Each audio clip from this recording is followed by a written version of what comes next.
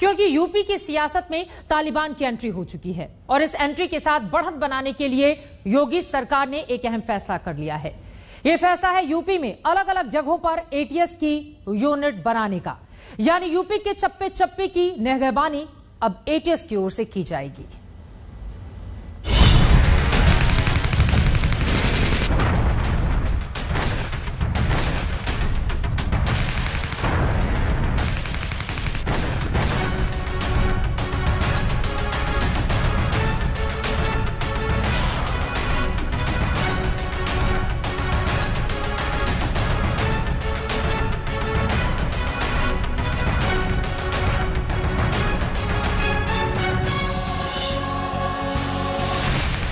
अफगानिस्तान में तालिबानी दहशत का माहौल बना तो यूपी की सियासत में तालिबानी एंट्री शुरू हो गई।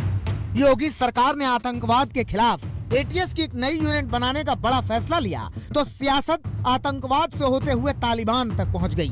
सबसे पहले आपको बताते हैं योगी सरकार का वो फैसला जो आने वाले वक्त में सूबे के सियासी माहौल को और गर्म करेगा।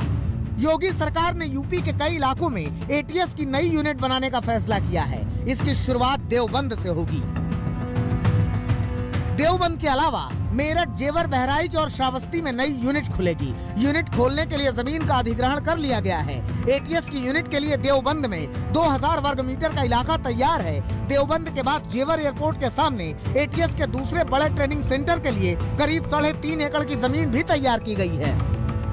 पूरा खाका जरूरत और जमीन के हिसाब से तैयार किया जा रहा है। जहां पर ज्यादा जमीन मिलेगी वहां कमांडो ट्रेनिंग सेंटर भी खोले जाएंगे। वहीं कई इलाकों में स्पॉट यूनिट और नॉर्मल यूनिट को तैयार किया जाएगा। एटीएस के द्वारा विभिन्न जगहों पे भूमि का चयन करके भूमि अधिग्रहित भी की गई है, जिसमें कि मेरठ, इंडो नेपाल बॉर्डर पर बहराइच, श्रावस्ती तथा आने वाले नए जेवर एयरपोर्ट, देवबंद तथा अन्य महत्वपूर्ण जगहों पे जो कि ऑपरेशनल दृष्टिकोण से आवश्यक तथा संवेदनशील है, यहाँ पर एटीएस की नई यूनिट खोली जा रही है। देवबंद के कमांडो सेंटर से देवबंद, सहारनपुर, मेरठ तक का एरिया कवर हो सकेगा। मेरठ में भी एटीएस की स्वास्थ्य टीम पहले से तैनात है। इसके अलावा एटीएस की एक टीम नोएडा में हर वक्त रहती है, लेकिन नोएडा के जेवर और देवबंद में एटीएस के 2 कमांडो सेंटर बनने से पश्चिमी यूपी का पूरा एरिया कवर हो जाएगा, जिससे संदिग्ध आतंकियों पर नजर रखने और उनके छानबीन में एटीएस को आसानी होगी। आदरणीय योगी सरकार जो है उत्तर प्रदेश में आदरणीय योगी जी के नेतृत्व की सरकार आज एटीएस का गठन कर रही है। क्यों कर रही है? क्योंकि हमें उत्तर प्रदेश की 23 करोड़ जनता को सुरक्षित भी रखना है। तो एक देवबंद ही नहीं, कोई भी बंद हो वहां खोल देंगे हम जाके। एटीएस खोलने में हमें कितनी देर लगती है?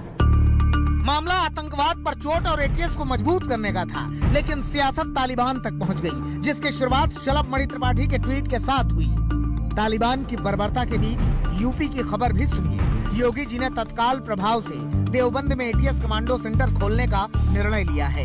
युद्ध स्तर पर काम भी शुरू हो गया है। प्रदेश भर से चुने हुए करीब 1.5 दर्जन तेज तर्रार एटीएस अफसरों की यहाँ तैनाती होगी।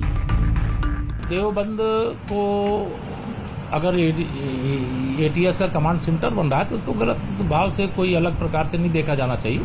देवबंद भारतीय जनता पार्टी का गढ़ है, वहाँ पर इस समय हमारे भारतीय जनता पार्टी के विधायक भी हैं। जहाँ संदिग्ध गतिविधि है वहाँ पे कमांड सेंटर बनेगा तो इसका वेलकम होना चाहिए, इसके लिए बधाई देना चाहिए, तो और अच्छी बात है। यूं तो देवबंद या यूपी के किसी शहर का कोई तालिबान कनेक्शन नहीं है, लेकिन सूबे का मौसम सियासी हो चला है। ऐसे में सरकार और विपक्ष आर पार के लिए तैयार है। इसमें कहाँ से सांप्रदायिकता हो गई भैया?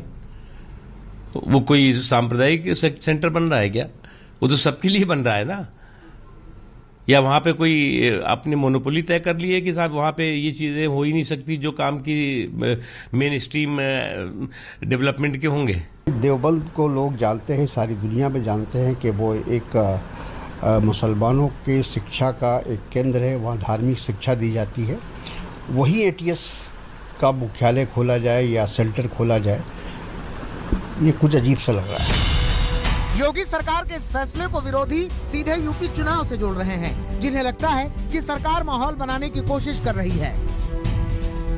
राजनीतिक कारणों से ही वहाँ वो चुन रहे हैं, इसलिए कि वहाँ पर मुस्लिम धर्म, सामाजिक सौहार्द वातावरण की शिक्षा अंतर्राष्ट्रीय स्तर पर दिया जाता है। तो इसलिए वहां पर कर रहे हैं कि एक दहशत का माहौल पैदा किया जाए। नहीं तो लखनऊ हेडक्वार्टर है, यहाँ उसको सेंटर बनाना चाहिए। ये बहुत खेद की बात है।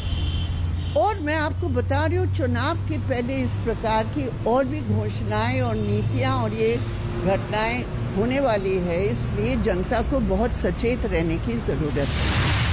बहरहाल सरकार ने सियासत के बीच तेजी से एटीएस सेंटर पर काम करना शुरू कर दिया है, जिसके लिए यूपी के संवेदनशील इलाकों को चुना गया है, जहां से संदिग्ध गतिविधियों की खबरें आती रहती हैं। लखनऊ से कुमार अभिषेक के साथ आज तक ब्यूरो।